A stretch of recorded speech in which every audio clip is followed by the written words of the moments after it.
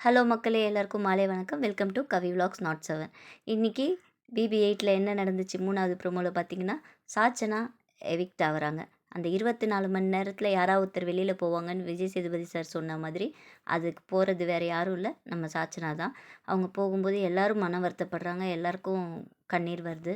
அந்த பொண்ணுக்கும் ரொம்ப கண் கலங்குது. இது தப்பா, ரைட்டா? சாச்சனா வெளியேற்றப்பட்டது ஒரு நல்லதா? என்னன்றத கமெண்ட்ஸ்ல நீங்க சொல்லுங்க. இந்த ப்ரோமோல இது மட்டும் தாங்க வந்திருக்கு. இதுக்கு மேலே என்ன வரும்னு தெரில. பொண்ணும் போகும்போது ரொம்ப கண் கலங்கி தான் போகுது. போகும்போது அது மட்டும் இல்லாமல் விஜய் சேதுபதி சார் அது கையில் கொடுத்த அந்த ட்ராஃபியை தூக்கி போட்டு உடச்சிட்டு போக சொல்கிறாங்க. இது வேணான்னு சொல்கிறாங்க. அதை உடச்சிட்டு அவங்களும் வெளியேறாங்க.